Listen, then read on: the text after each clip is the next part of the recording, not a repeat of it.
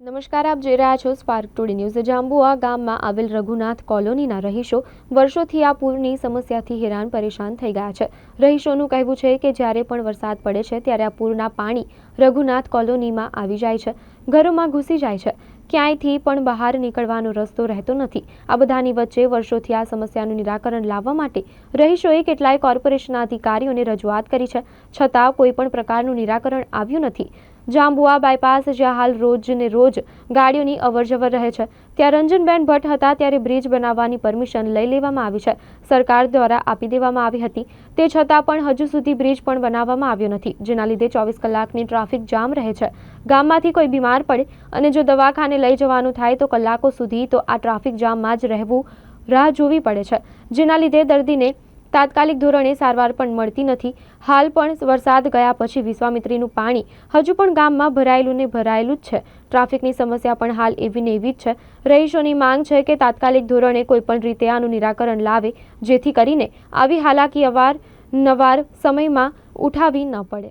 જાંબુઆ ગામ છે અને એમાં રઘુનાથ કોલોની છે, જેમાં વર્ષોથી આ પાણીની એક સમસ્યા ચાલતી આવેલી છે અને ઘણા ટાઈમ પછી આજે વરસાદ પડ્યો, એ વરસાદને લઈને આજે આપ પાછળ તમે જોઈ શકો છો કે ઘણા બધા મકાનોની અંદર પાણી ઘૂસી ગયા છે અને હજુ અમને એવી શંકા છે કે એકાદ ફૂટ પાણી આવે તો હજુ બીજા 10 થી 15 મકાનોમાં એ પાણી જઈ શકે છે અને અમારી સરકાર પાસે એટલી માંગણી છે કે હજુ સુધી કોઈ અહીંયા કોઈ સર્વે કરવા માટે પણ આવ્યું નથી અને ઘણા બધા એવા પાછળ ગરીબ લોકો રહે છે કે જેને શાકભાજીથી લઈ અને દૂધથી લઈને બધી જ પાણીની પણ સમસ્યા છે, એનું નિરાકરણ વહેલી તકે કરવામાં આવે એવી ગામજનોની માંગણી છે।